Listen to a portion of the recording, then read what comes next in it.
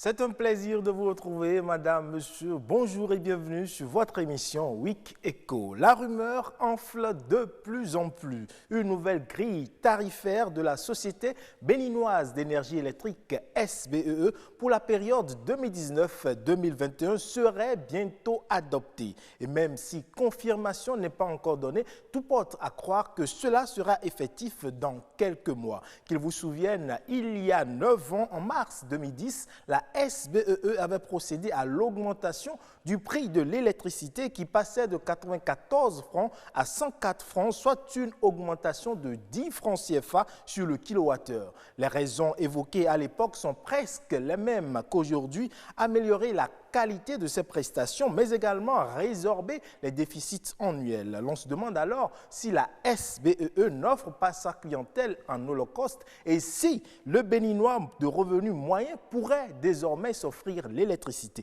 Le sujet est au menu du décryptage. Comment améliorer l'efficacité du commerce transfrontalier et encourager la croissance économique en réduisant les formalités aux frontières et en améliorant la transparence? Cette interrogation était au cœur des journées Doing Business organisées il y a quelques jours par l'Agence de promotion des investissements et des exportations APIES. L'objectif était de créer des conditions favorables à l'investissement privé au Bénin. Sujet à approfondir dans le dossier de la semaine. C'est parti pour Week Echo de ce dimanche, cap sur le mini-journal avec Nadège Omolade Sané.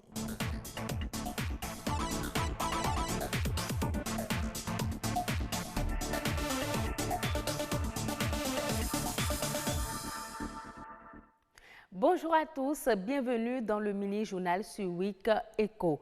Le savez-vous, les personnes en surpoids ou obèses dans le monde sont plus nombreuses que celles qui souffrent de la faim. L'alimentation malsaine est désormais la première cause de mortalité dans le monde. Aujourd'hui, 124 millions de filles et garçons de 5 à 19 ans sont obèses. Une situation qui préoccupe la communauté internationale. De quoi doit-on se nourrir pour prétendre à une alimentation saine? Patrick Yimanvo, Rodrigue Babakito. Dans une journée, je peux recevoir plus de 50 personnes et sur les 50, il y a au moins 45 qui ont des problèmes de courbature, de constipation, de diabète, d'hypertension. Tout ceci à cause d'une mauvaise alimentation. Plus de 672 millions d'adultes sont obèses dans le monde et plus de 40 millions d'enfants de moins de 5 ans en surpoids. Un résultat issu du choix pour les nourritures à forte teneur énergétique, riches en amidon raffinés, en sucre, graisse, sel, viandes et aliments transformés. Un retour à une alimentation de saison essentiellement végétale et riche en fibres s'impose pour changer la donne. Ce que les anglophones disent, le petit déjeuner, je consomme seul, le déjeuner, je partage avec mes amis et le dîner, je donne à mes ennemis. En petit déjeuner, pensons aux fruits. N'importe quel fruit on peut prendre le matin. À midi, cessons de prendre trop de gluten. Le soir, laissons naturellement le manger. Vous verrez que nous serons dans une ligne donnée, une bonne alimentation. Pas de diabète, pas d'hypertension, pas de flatulence, pas de constipation. Un choix alimentaire qui implique, selon l'Organisation des Nations Unies pour l'alimentation FAO, un désintérêt pour les fast-foods et plats cuisinés à emporter. Food, aliments, fast, rapide. Restaurant rapide. Donc ça veut dire que c'est le micro-ondes qui est là. Le micro-ondes et la congélation. Alors que c'est deux choses qui participent à détruire les vitamines et minéraux dont on a besoin parce que ces vitamines partent des micronutriments qui améliorent le corps. Cela, plusieurs l'ont déjà compris et font désormais les bons choix alimentaires qu'il faut. Manger soin, selon moi, il faut prendre du télibor avec du boma. Ça nourrit l'organisme. Moi, je préfère prendre souvent les feuilles, c'est-à-dire les légumes, quoi. Parce que beaucoup se disent quand le truc n'est pas bien sucré, n'est pas bien doux, ce n'est pas bon pour eux. Alors que c'est ça qui crée beaucoup de problèmes dans l'organisme demain. Aujourd'hui, les gens viennent de plus en plus pour prendre les légumes. Ça renforce le système immunitaire de l'homme et ça prolonge notre vie sur Terre. Manger sain, c'est donc limiter la consommation d'aliments hautement transformés et préférer les aliments à faible teneur en graisse, sucre et sel. Manger 5 fruits et légumes par jour, cela doit rester une règle d'or. L'hypertension artérielle est une maladie des vaisseaux. Elle est caractérisée par une élévation des chiffres de la pression artérielle au-dessus de certaines valeurs reconnues comme la normale. Si cette pathologie est associée au vieillissement, les moins de 40 ans n'en sont pas épargnés. Quelles sont les causes de l'hypertension chez les jeunes et comment s'en préserver? La réponse dans ce reportage de Fifame Salomé Atandéji. J'ai découvert que j'avais l'hypertension à 21 ans. À l'image de cette jeune fille, de nombreux jeunes souffrent aujourd'hui de l'hypertension artérielle. La prévalence de cette pathologie chez les personnes âgées de moins de 40 ans est d'environ 15% au Bénin. L'hypertension est une affection qui peut survenir à tout âge. Il y a même des nouveaux-nés qui naissent avec des malformations qui vont entraîner une élévation de la pression artérielle. Au-delà de 14,9 de pression artérielle, tout patient est déclaré hypertendu. Les habitudes alimentaires et le style de vie sont quelques facteurs qui peuvent provoquer l'hypertension chez les jeunes. L'alimentation va favoriser l'élévation de la pression artérielle. Ça, c'est une chose indéniable. Une alimentation anormalement riche en sel, en matières grasses et en sucre industriel va favoriser l'élévation de la pression artérielle et va favoriser également une augmentation importante du poids. La colère et le stress permanent sont quelques facteurs de risque sur lesquels on peut influer pour être à l'abri du mal. Darlene l'a compris bien plus tard. Les médecins ont relevé comme facteur principal la nervosité. Je me fâche pour des trucs banals. Je m'emporte vite au fait. Et j'ai tendance à ne pas vite oublier ce qu'on me fait. L'hypertension entraîne un vieillissement accéléré des organes. Le cerveau, le cœur et les reins sont les organes les plus touchés. Ce vieillissement multiplie les risques d'accidents vasculaires cérébraux, l'infarctus du myocarde, l'insuffisance cardiaque et rénale. Combattre cette maladie commence dans l'assiette. On peut agir sur son alimentation. On peut manger moins de glace. On peut boire moins d'alcool en préparant ses repas à la maison. On peut utiliser moins de sel, on peut utiliser moins d'huile, on peut diminuer le nombre de sucreries ou bien de bières qu'on a à avaler. Ça, c'est la première chose. La deuxième chose, c'est qu'on peut faire plus d'exercice physique. Ce n'est pas seulement une fois le week-end qu'il faut faire du sport, il faut essayer d'en faire plus régulièrement, 3-4 fois par semaine. L'OMS recommande de faire une promenade à pied d'une demi-heure par jour. Si certains aliments sont susceptibles d'augmenter le risque d'hypertension chez les jeunes, il en existe d'autres qui peuvent les aider à s'en préserver. Pour quelqu'un qui veut prévenir, il doit commencer à augmenter sa consommation en fruits, en légumes. Un seul fruit ne peut pas contenir tous les nutriments ou bien tous les micronutriments dont l'hypertendu a besoin. Donc, le fait de diversifier nous favorise plus l'apport en tous les micronutriments dont on a besoin. Le patient déclaré hypertendu doit éviter le tabagisme, la sédentarité et le surpoids. L'hypertension artérielle est un tueur silencieux et invisible. De l'avis des spécialistes, il vaut mieux le prévenir que le guérir. C'est un outil indispensable pour les non-voyants, la canne blanche. Depuis son apparition, elle se révèle plus qu'indispensable pour ces personnes vulnérables. La rédaction de BB24 s'est intéressée à ses origines. Reportage Edwige Agossou, François d'Assise Amansiwan, René Kofi. L'apparition de la canne blanche remonte au début des années 30. L'idée émane d'une jeune Parisienne du nom de Gilly Debmont pour contrer l'indifférence des usagers de la route à l'égard des non-voyants. Depuis, la canne blanche est rentrée dans les habitudes de ces derniers jusqu'à devenir indispensable. La canne blanche est le symbole de la cécité, c'est le symbole de la malvoyance, mais c'est aussi le symbole de la mobilité et le symbole d'indépendance et d'autonomie. Normalement, lorsque vous voyez quelqu'un détenir une canne blanche, ça veut dire qu'il faut lui donner la priorité. Ailleurs, dans d'autres pays, ça s'enseigne dans les auto-écoles. Lorsque vous voyez quelqu'un dans le trottoir qui soulève sa canne, ça veut dire qu'il est en situation de handicap visuel et qu'il veut traverser la voie. soit vous l'aidez à traverser la voie, ou soit vous lui laissez priorité, vous le laissez passer carrément. Comme dans une auto-école, l'utilisation de la canne blanche est d'abord enseignée aux non-voyants. Ces codes sont apprivoisés afin qu'ils en jouissent pleinement. Je suis admis dans ce centre il y a cela 3 ans exactement. Voilà, ici, j'ai appris à faire la mobilité. On se déplace par la canne que vous voyez pour éviter les obstacles surtout. Je suis venu chercher ma canne parce que le mien, ça ne tient plus, ça a fait son temps. Donc il faut que je change ça.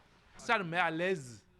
Avec la canne, on circule librement, on est élégant avec.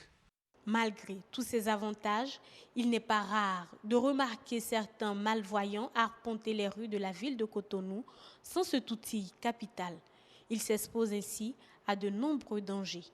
Lorsque vous êtes en situation de handicap visuel, lorsque vous êtes déficient visuel ou aveugle, tout court, que vous n'utilisez pas la canne, vous vous exposez à des dangers, puisque vous circulez.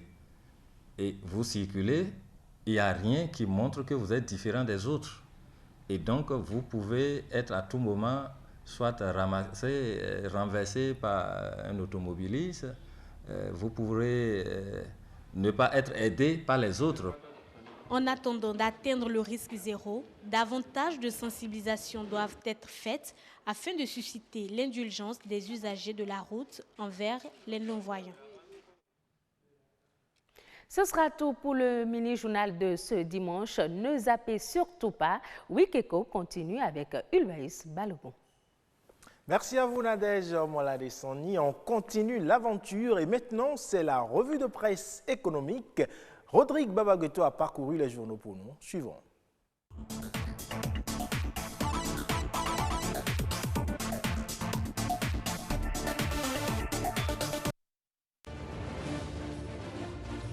C'est un plaisir de vous retrouver pour la revue de presse économique de cette semaine. Mesdames, Messieurs, bonjour. Démarrons tout de suite avec cette rencontre internationale qui promet de bonnes et importantes retombées pour le Bénin, le sommet Russie-Afrique. Un sommet longuement abordé par les canards de ces 6 derniers jours. Des opportunités d'affaires pour les opérateurs économiques béninois, c'est ce qu'on peut lire dans les colonnes du quotidien Le Télégramme. D'après le journal, 2 délégations partiront du Bénin pour le sommet qui se tiendra à Sochi en Russie les 23 et 24 octobre prochains. De quelle délégation s'agit-il? Le Canard rapporte qu'une délégation politique sera suivie d'une autre délégation composée uniquement d'opérateurs économiques. À la question de savoir les liens qui lient la Russie au continent africain, le quotidien du service public fait savoir que ces dernières années, les échanges commerciaux entre le pays de Vladimir Poutine et l'Afrique ne cessent d'augmenter. En 2017, par exemple, ces échanges s'élevaient à 17,4 milliards de dollars américains et sont passés en 2018 à 20,4 milliards de la même devise. La nation continue en rappelant qu'en 2018, la Russie a apporté à l'Afrique son aide humanitaire d'une valeur de plus d'1 milliard de dollars américains. Le quotidien de Ménantin se prononce également sur cette rencontre et titre à sa une des opportunités d'affaires à saisir par les opérateurs économiques. D'après Fraternité, le président Patrice Talon pourrait saisir la tribune qui lui est offerte au cours de ses assises pour solliciter un élargissement de l'éventail de la coopération, notamment dans les domaines de l'énergie et de la télécommunication. Et puis l'ambassadeur de la Fédération de Russie au Bénin a confié que la Russie serait prête à aider les pays africains à développer l'énergie atomique pour pallier leurs besoins en énergie électrique. Traitant toujours diplomatie, la coopération bénino-allemande semble être au mieux de sa forme. Bénin Intelligent titre dans l'une de ses parutions du financement allemand au profit de 3 secteurs vitaux, satisfecit et exhortation de l'Allemagne pour la démocratie. Le journal publie en entier le communiqué de presse livré à l'issue des échanges entre la représentation diplomatique et la partie béninoise. Un communiqué qui mentionne que le gouvernement allemand consent à mettre à la disposition du Bénin une enveloppe financière globale de 52 milliards de francs CFA sous forme de dons pour appuyer les domaines de la bonne gouvernance, l'eau potable et l'assainissement, ainsi que l'agriculture. Pour ce qui est de l'agriculture, la coopération sera consolidée jusqu'en 2023. Au quotidien Fraternité de ressortir l'intensité du lien fraternel entre les deux pays en mentionnant qu'à partir de 2021, l'État allemand interviendra dans le domaine de la formation professionnelle, technique et de l'emploi des jeunes.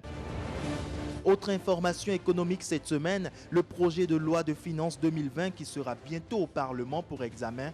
Les priorités du budget pour renforcer l'économie, c'est ce que titre le journal La Nation. À croire le journal, équilibré en crédit de paiement à la somme de 1986 milliards de francs CFA, les ressources et charges de la dite loi de finances connaissent une hausse de 109,367 milliards, soit un taux de 5,8% par rapport à l'année 2019. La mise en œuvre de ce projet de loi devrait permettre au Bénin de consolider sa position sur le chantier de croissance économique et de stabiliser le cadre macroéconomique. Le journal du service public rappelle que le projet de budget 2020 consacre la réduction du nombre d'impôts contenus dans le système fiscal, ce qui se traduit par la suppression de certains prélèvements pour assurer la compétitivité des produits locaux. Aussi, les canards ne sont-ils pas restés sans se pencher sur les nombreux dégâts matériels occasionnés par la sortie du fleuve Mono de son lit, un débordement des eaux à hauteur de 9 mètres du jamais vu depuis 20 ans. Plusieurs localités du département du Koufou ont été envahies alors qu'elles disposent du plus grand gisement de gravier du pays. Ce phénomène est dû au lâcher d'eau du barrage de Nagbetor. Ainsi prend fin cette revue de presse économique. À très bientôt pour un nouveau tour de l'actualité.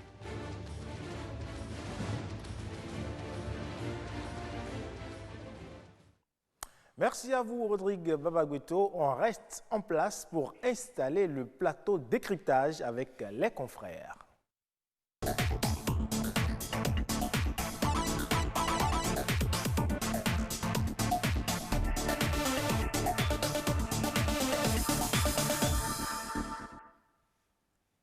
Je le disais à l'entame de cette émission, pourrait-on en arriver à une augmentation du tarif du kilowattheure dans les prochains jours? C'est une question qui a tout son sens face à la volonté de la Société béninoise d'énergie électrique SBE de procéder à une modification tarifaire. Mais quelles pourraient être les implications de cette décision et est-ce que l'électricité ne sera pas désormais un luxe pour le Béninois? Deux confrères sur ce plateau pour en parler avec moi. Vincent Aoué, journaliste à Radio Bénin Alafia. Bonjour Vincent.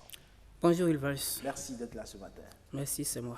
À côté de vous, Armel Taillon, directeur de publication du journal L'Indépendant. Bonjour Armel. Bonjour Ilvars. Vous allez bien? Ça va. Merci. Alors Vincent, à votre avis, qu'est-ce qui peut expliquer une probable hausse du coût de l'électricité au Bénin actuellement? Merci. Merci aussi pour la question. Je crois que c'est très important de s'intéresser à la question de l'énergie dans notre pays parce que nous savons tous que l'énergie est un élément vital pour l'économie. Et même dans les maisons, je crois que ceux qui n'ont pas le courant triment beaucoup. Parfois, il y a des choses qu'ils n'arrivent pas à voir à la maison. Donc, c'est une question fondamentale.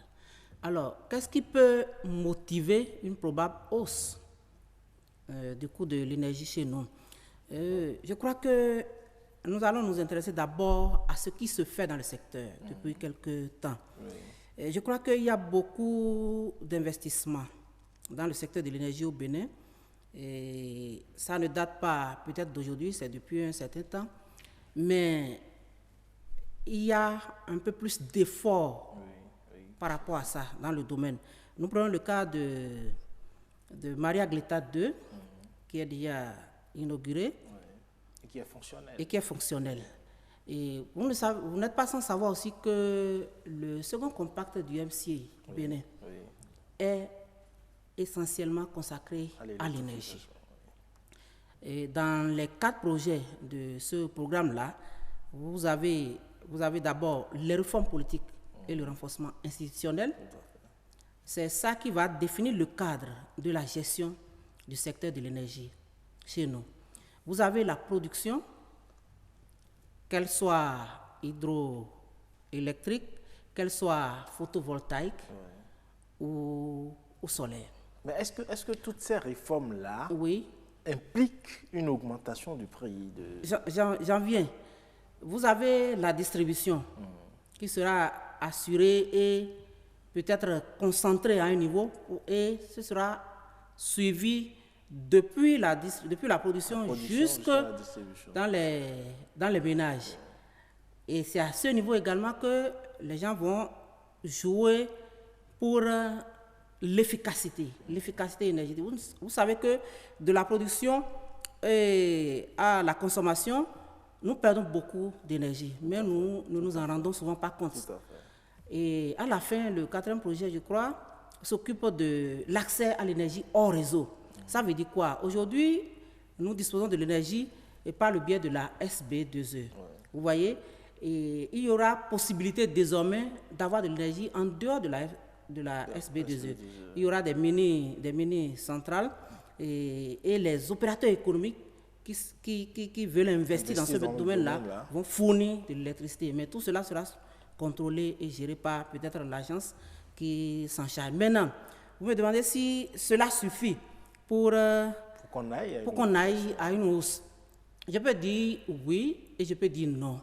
Oui, parce que vous voyez, quand vous voulez demander plus aux gens, vous-même vous donnez davantage. Oui. Donc, je peux déjà dire que l'effort que le gouvernement fait dans ce sens-là pour donner davantage peut amener le gouvernement à demander un peu plus à la population. Maintenant, non, parce que quand vous prenez le gouvernement, c'est vrai, il a investi dans le secteur de l'énergie, mais le côté social, je crois que même si vous ne prenez pas les fonctionnaires, même on va dire le panier de la ménagère aujourd'hui souffre chez nous.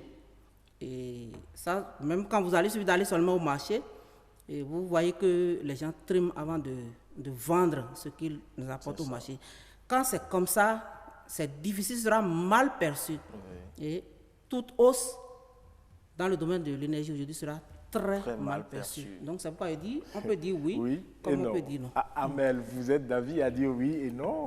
Je vois que mon ami Clément s'est approprié vraiment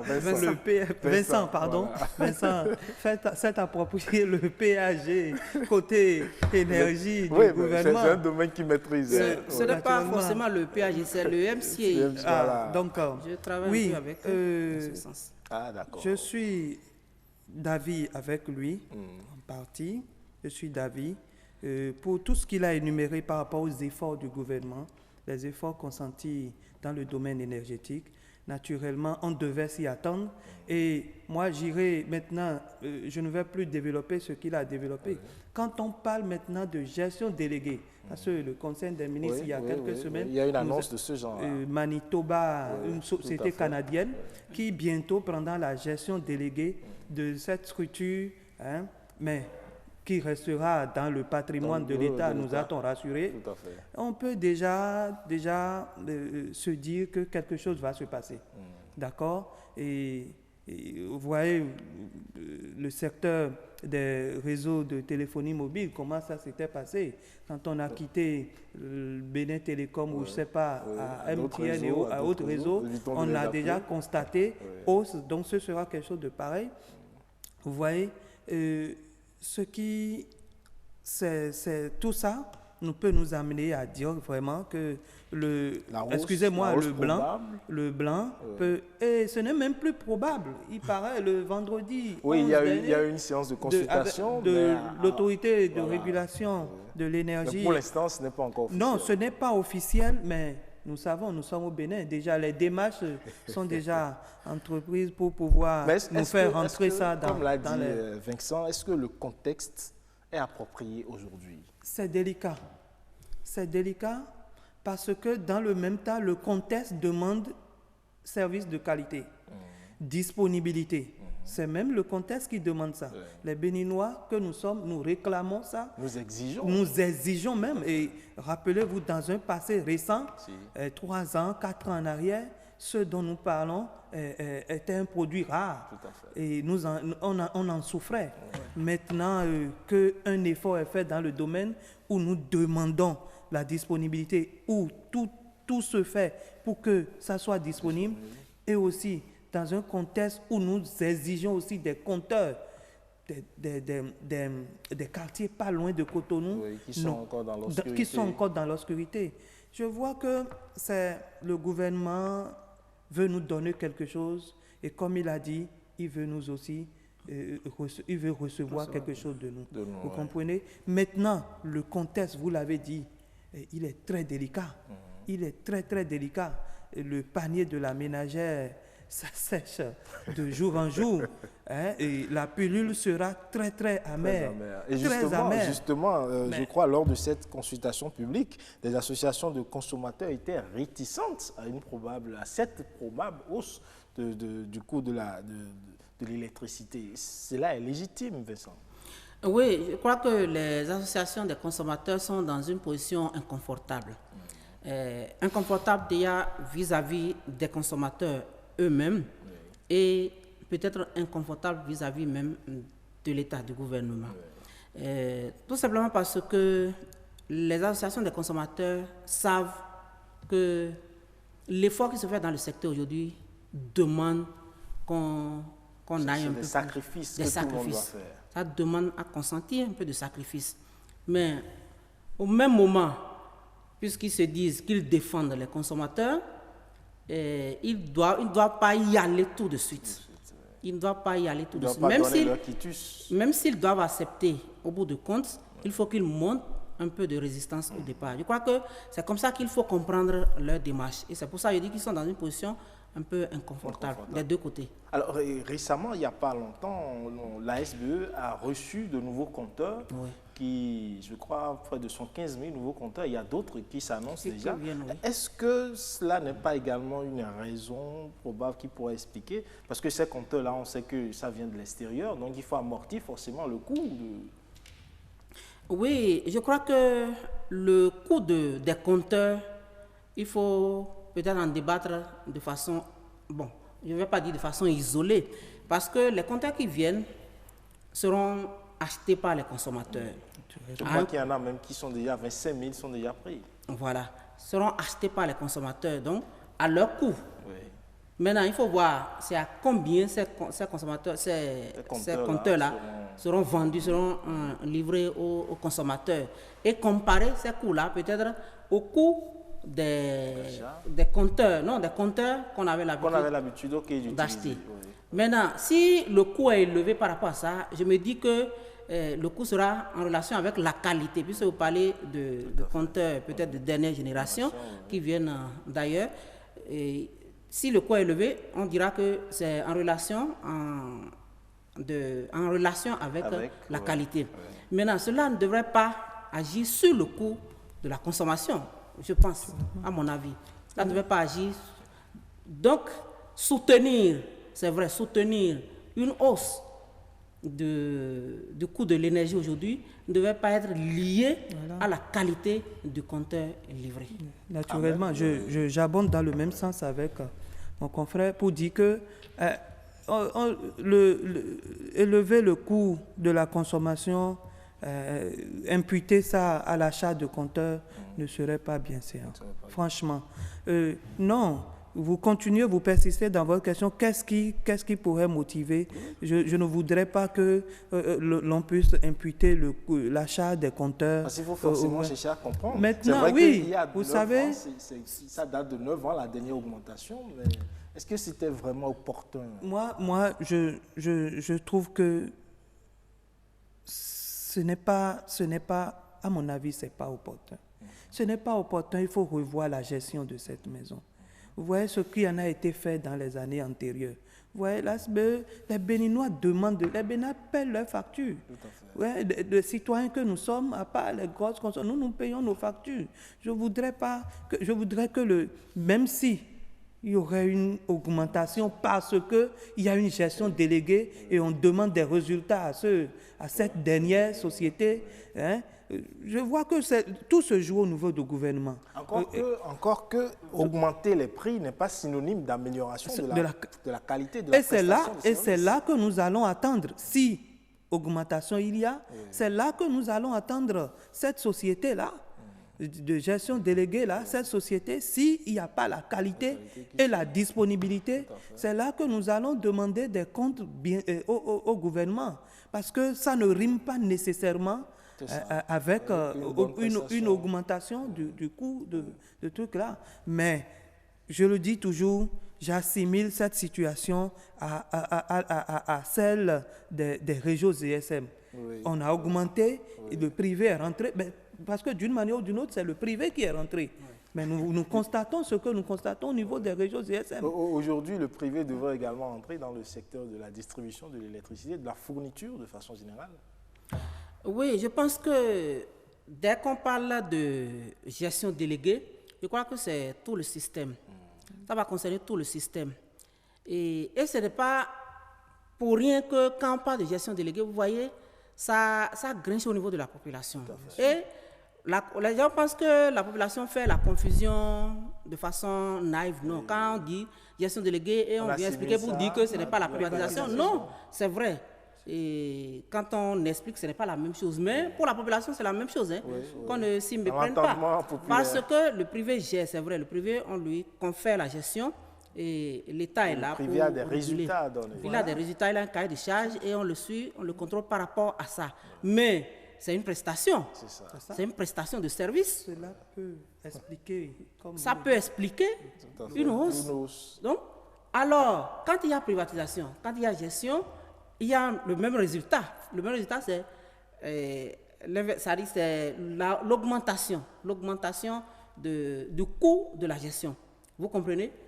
Donc, et c'est ça qui amène les gens à dire privatisation ou gestion déléguée, c'est la même chose. Alors aujourd'hui, on est presque sûr qu'on va déjà vers l'augmentation, il faut le dire comme ça, parce que c'est annoncé, la consultation publique a eu lieu, on sait qu'il y a très peu de chances qu'on n'y arrive pas. Oui. Alors si ça arrive aujourd'hui, comment est-ce qu'il faut gérer l'impact social?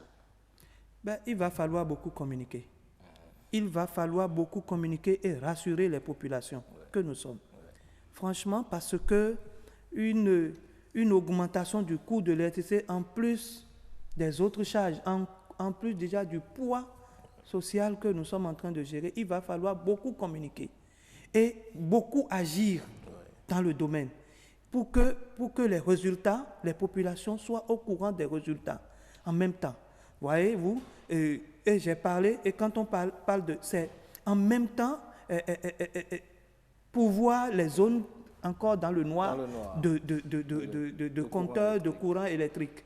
Il va falloir beaucoup communiquer et cette société, vraiment, il va falloir qu'elle joue beaucoup sur la communication pour ne pas être jetée au lendemain déjà de sa venue. Franchement. Alors Vincent, amoindri, il faut revoir un peu la communication. On sait que la SBE, très souvent, manque d'informations parce qu'il y a des recouvrements qui ont lieu et c'est juste après une facture déjà, vous avez l'obligation de payer, ça ne traîne plus. Le manque d'informations, là, il faut pallier à cela. Oui, le manque d'information, vous ne voulez pas du manque d'information au niveau de la SBE? Non, au niveau des populations qui ne savent pas ce qui se fait au niveau de la SBE. Non, je crois que c'est très capital ce que vous venez de dire. Ça, c'est vrai. Les gens ne savent pas que... On dit quand le rythme change, on change de pas de danse. Les populations ne savent pas que le rythme a déjà changé. Et c'est vrai, ce que vous dites. Avant, les gens avaient l'habitude d'accumuler jusqu'à 3 factures avant d'aller payer. Tout à fait. 2, 3, et on ne vous coupe pas. Mais aujourd'hui, si vous avez une facture, vous n'allez pas payer jusqu'à ce que la seconde vienne. C'est que vous êtes déjà coupé. Oui. Donc, il faut communiquer suffisamment là-dessus aujourd'hui. Je trouve ça très important, que ce soit en français et dans les langues nationales. Alors, au-delà de l'augmentation également, est-ce qu'il ne faut pas penser à des solutions durables? Oui, je crois que j'ai commencé par dire qu'il faut donner suffisamment pour recevoir. On a dit que le gouvernement fait un effort dans ce sens-là. Et il faut que ça se sente au niveau des consommateurs. Parce qu'il ne suffit pas de dire qu'on a investi, il y a Maria Gleta. Et ça me rappelle une anecdote. Le jour où on a inauguré Maria Gleta, et toute la zone, tout Calavi était dans le noir le lendemain. Oui. Vous voyez? Pour beaucoup, Maria Gleta a consommé. Voilà. Donc, et il faut que tout ce qu'on fait comme investissement se sente réellement au niveau des consommateurs. Ça, c'est le premier élément. Parce que si les gens ne sentent pas ça, je crois que même si on donne des explications, ça ne va pas les convaincre. L'autre élément, c'est de prendre aussi des mesures d'accompagnement. Parce que quand on veut augmenter, il faut mettre à côté des moyens d'accompagnement. Ce que j'appelle moyens d'accompagnement, par exemple, c'est peut-être de voir au niveau, ça rejoint même le premier point. Et on a parlé du panier de la ménagère qui est tendu. je ne veux pas dire qui est vite, mais qui est tendu aujourd'hui. Donc, il faut prendre des mesures pour que, soulager. au niveau du palais de la ménagère, les gens sentent réellement ce qui se fait. Et enfin, ceux qui, c'est vrai, tout le monde dépend du palais de la ménagère, mais il y a les fonctionnaires. Quand on prend un fonctionnaire au Bénin, vous savez qu'il y a beaucoup de gens. Vous avez 10 personnes autour d'eux au moins. Et il faut faire aussi quelque chose pour les fonctionnaires. Parce que quand le gouvernement a commencé, très tôt, le gouvernement a fait des démarches par rapport au gouvernement. C'est-à-dire, quand ce régime a commencé, il a fait des démarches par rapport... Tout à fait. Et on s'attendait à ce que, sans tarder, qu'il commence par toucher d'autres secteurs. Mais jusque-là, on attend toujours. Donc, il faut faire aussi un pas dans ce sens-là. Et le palais de la ménagère, que ça cesse d'être tendu. Et comme ça, même s'il y a augmentation, je crois que les gens vont pouvoir digérer ça, ils vont souffler un peu. Effectivement, comme il a dit, communication et mesures d'accompagnement vont faire avaler la pilule aux populations. Je sais que les Béninois sont réceptifs. Je sais que les Béninois, quand tu les donnes, tu peux recevoir d'eux, franchement. Donc, c'est vrai, il va falloir beaucoup communiquer et des mesures d'accompagnement pour soulager, trouver la paradis douane pour soulager les populations, ne serait-ce que pour pouvoir recevoir de l'autre côté. Merci à vous, chers confrères. On vous aura compris, la carotte et le bâton pour satisfaire, c'est bien ça. Merci beaucoup. Vincent Aoué, journaliste à Radio Bénin Alafia, merci d'être venu. Merci, c'est moi qui vous remercie. Armel Taillon, directeur de publication de l'Indépendant, merci d'être venu. Merci, Eva. Merci à vous, chers confrères. On installe sans plus tarder le dossier de la semaine.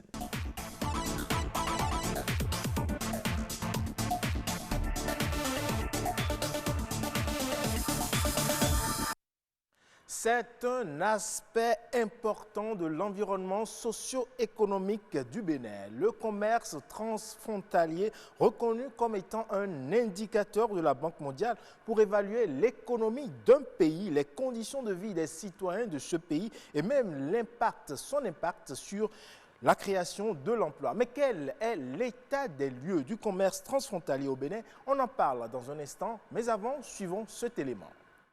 L'administration des douanes a une kyrielle de réformes dans le programme de vérification des importations. On a aussi des réformes institutionnelles et informatiques. On a même un nouveau joyau actuellement, c'est le programme des opérateurs économiques agréés. Toutes ces réformes de l'administration des douanes béninoises permettent de faciliter le commerce transfrontalier dans un contexte où la facilitation des échanges entre pays limitrophes est devenue un instrument primordial pour l'efficacité du commerce international. L'Agence de promotion des investissements et exportations motive les disciples de Saint-Mathieu à faire découvrir aux opérateurs économiques et investisseurs nationaux les nouvelles réformes destinées à booster le commerce transfrontalier. Le commerce transfrontalier, un indicateur de développement et d'évaluation du rapport Doing Business de la Banque mondiale. Qui parle de commerce transfrontalier, c'est surtout le temps mis dans l'enlèvement d'une marchandise. C'est ce que la Banque mondiale évalue. La Banque mondiale écoute l'administration des douanes, mais dans le même temps, la Banque mondiale effectue des enquêtes auprès de nos clients bénéficiaires du service de la douane pour voir si l'impact de ces réformes qu'on est en train de mettre en œuvre est réel. Le guichet unique du commerce extérieur, GUS, est l'une des réformes institutionnelles et informatiques qui permet à tout individu désirant faire du commerce vers ou depuis le Bénin d'obtenir des informations relatives au commerce extérieur en vue de mener à bien ses opérations commerciales en ligne.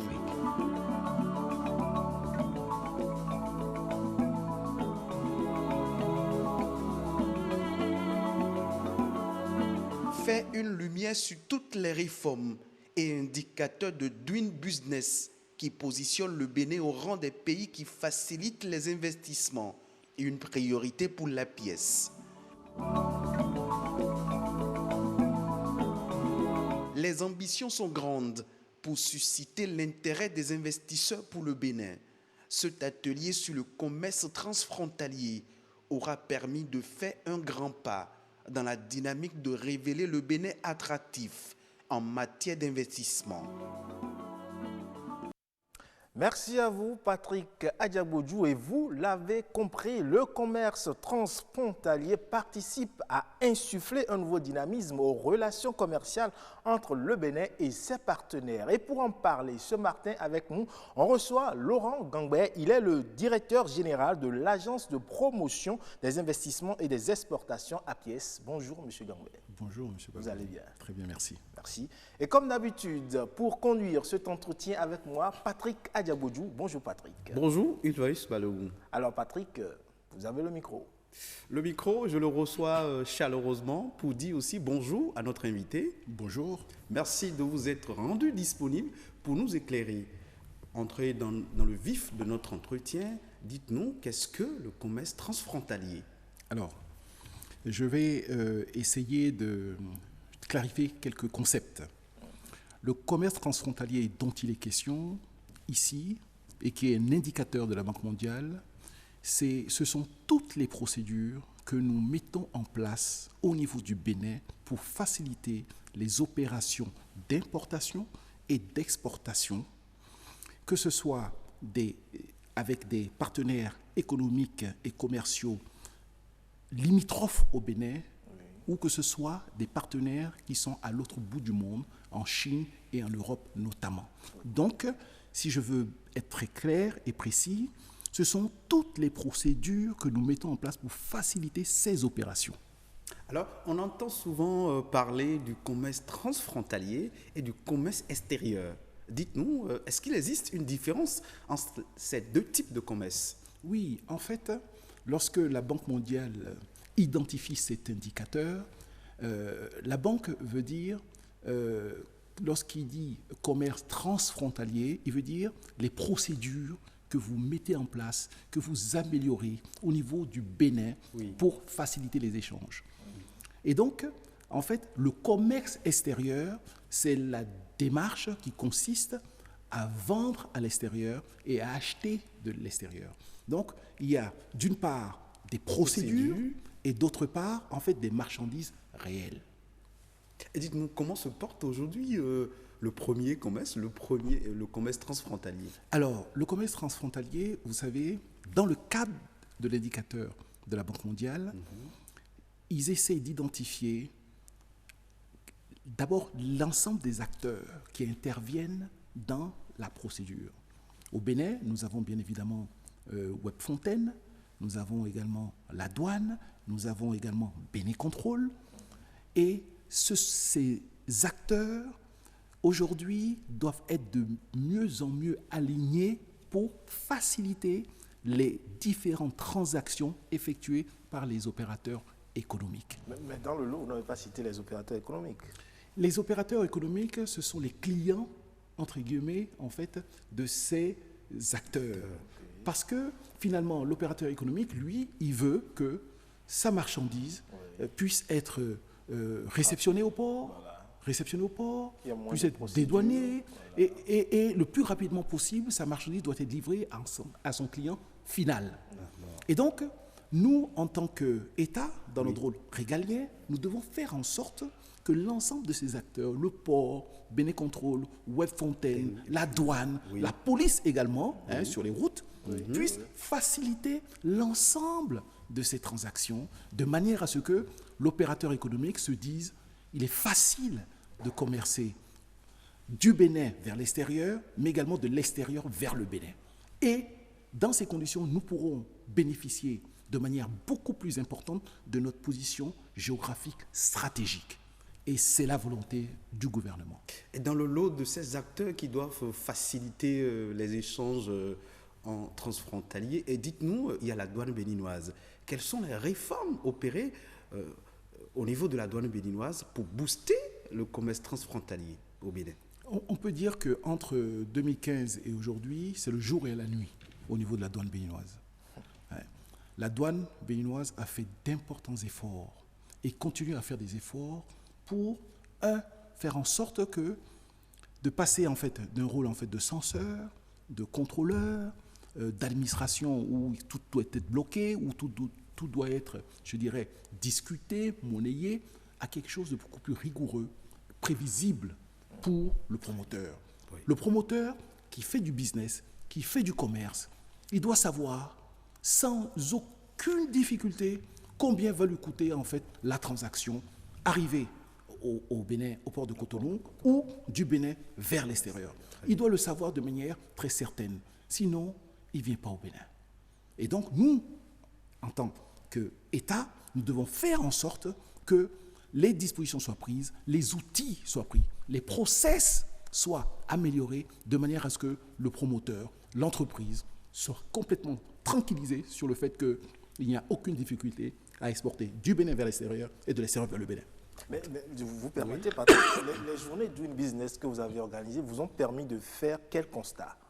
Le constat, il est très simple. L'idée des journées Doing Business, c'est de mettre face à face les acteurs du process, la douane, le port, Webfontaine, Bénécontrôle, en face de les opérateurs économiques. Pour qu'ils puissent échanger, discuter et dire, quelquefois apporter la contradiction, en disant non, ça ne se passe pas comme ça se passe comme ça, et je peux vous donner un exemple de ce qui m'est arrivé. Ça, c'est le premier objectif. Deuxième objectif, c'est de présenter à ces opérateurs économiques les réformes qui sont engagées par ces différentes administrations et par l'État pour assainir le cadre, améliorer le process.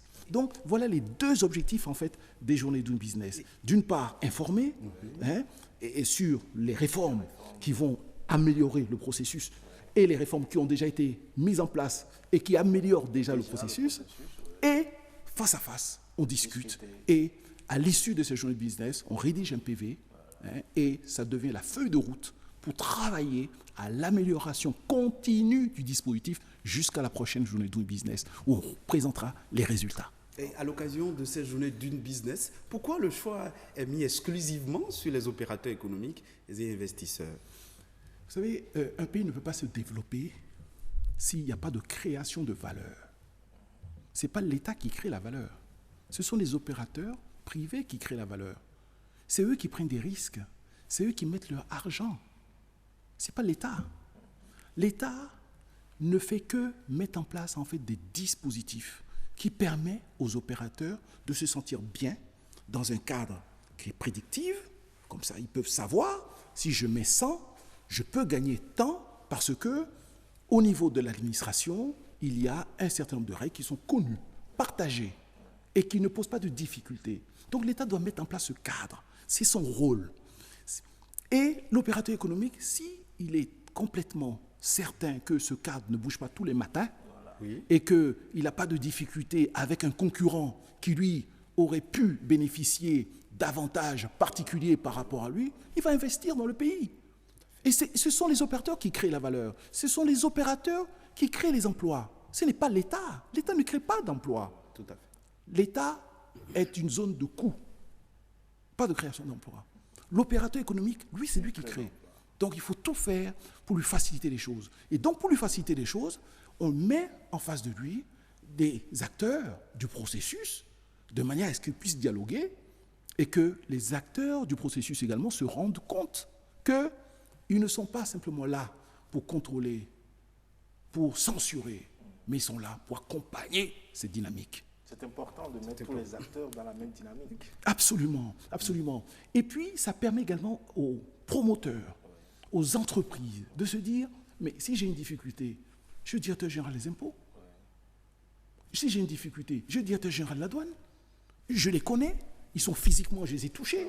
Ce n'est pas quelqu'un qui est caché dans un bureau au 4e étage d'une administration que je ne peux pas toucher. Je le connais, j'ai discuté avec lui, je lui ai parlé de mon problème et il s'est engagé à revoir le dossier et à me transmettre en fait une réponse. Et c'est très très important dans notre pays que l'administration descende au niveau des opérateurs économiques. Parce que notre pays a une chance inouïe.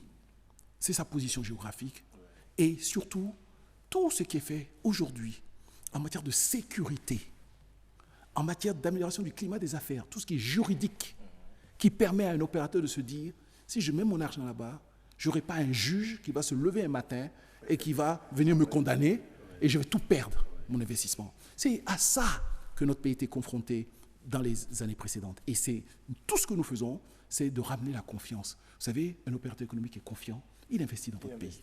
Très bien, très bien. Et pour quelle raison principale le commerce transfrontalier est choisi comme un indicateur de développement et d'évaluation par la Banque mondiale? Parce que la Banque mondiale considère que si un pays met en place des procédures simples, des procédures qui sont justes, équitables, neutres, les investisseurs vont venir. Et donc, c'est un indicateur de la qualité de la volonté d'un pays de faire en sorte que son économie se développe sur la base du business.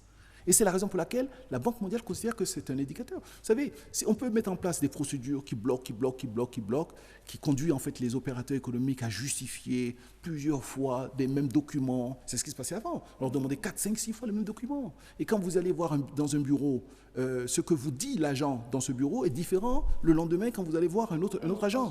Vous voyez? Et donc, ça ne sécurise pas l'investisseur, ça ne sécurise pas l'entreprise. Et donc, la Banque mondiale a considéré que la mise en place par le Bénin d'un certain nombre de process, de clarification, de dynamique en matière juridique, droit des affaires, c'est un excellent indicateur qui permet de mesurer la volonté forte du pays à développer le business, à créer de la valeur, à créer de l'emploi. C'est la raison pour laquelle la Banque mondiale considère que c'est un indicateur très, très important. Très important. Si vous permettez, l'indicateur, les process au Bénin, est-ce que c'est pareil avec d'autres pays? Est-ce qu'on arrive à comparer ce qu'on fait chez nous ici avec ce qui se fait dans d'autres pays pour voir comment est-ce qu'il faut améliorer? Oui, vous savez, il ne faut pas qu'on se cache les choses. Notre pays est en compétition. Voilà. Nous sommes en compétition avec les autres pays qui sont à côté. Les autres pays qui sont à côté, ils regardent ce que nous faisons. Et soit ils trichent, soit ils disent qui continue à faire ça, moi je vais faire autre chose parce que je vais attirer en fait les navires chez moi. Hein? Vous savez, nos frères togolais sont en compétition avec nous. Tout à fait. Le Togolais rivalise. Nos amis du Nigeria aussi sont en compétition. Vous voyez? Mais nous avons un certain nombre d'atouts qu'il faut maximiser. Il faut maximiser ces atouts. Vous savez, nos amis du Niger n'auront jamais un port. Nos amis du Burkina n'auront jamais un port. Au Mali, ils n'auront jamais un port. Donc, il faut que nous puissions mettre en place un ensemble de dispositifs qui soient beaucoup plus, je dirais, compétitifs par rapport aux dispositifs qui sont mis en place dans les autres pays limitrophes pour attirer au maximum les investisseurs chez nous. L'enjeu est grand. Hein, l'enjeu est grand. Vous savez, ça marche pour le Bénin vis-à-vis en fait, des pays de la sous-région, ça marche également pour le Bénin vis-à-vis en fait, de la Chine, vis-à-vis de l'Europe, vis-à-vis des États-Unis. Vous voyez ce que je veux dire? Donc ce que je veux dire, c'est qu'il faut que nous soyons très clairs avec nous-mêmes. Si nous voulons gagner, nous sommes dans une compétition et nous devons avoir les meilleures réformes, les process les plus souples, les plus transparentes, pour qu'un investisseur se dise, si je viens dans ce pays, je suis tranquille. C'est ce qu'on m'a dit lorsque je suis rentré dans le guichet, sur le site, sur l'application du guichet unique, c'est ce que je vais payer. Si on me dit je vais payer 10, et au final, quand j'envoie ma marchandise, j'arrive au port de Cotonou, on me dit je vais payer 20, il y a problème. Vous voyez, vous allez l'avoir une fois, mais pas deux. Vous parliez tantôt du guichet unique. En quoi cette application offre une opportunité pour un meilleur investissement aux opérateurs économiques? Vous savez, auparavant, les opérateurs venaient un peu à l'aveugle. Je disais, on va bien voir. C'est bien pour ça qu'il n'y en a pas beaucoup au Bénin. Hein?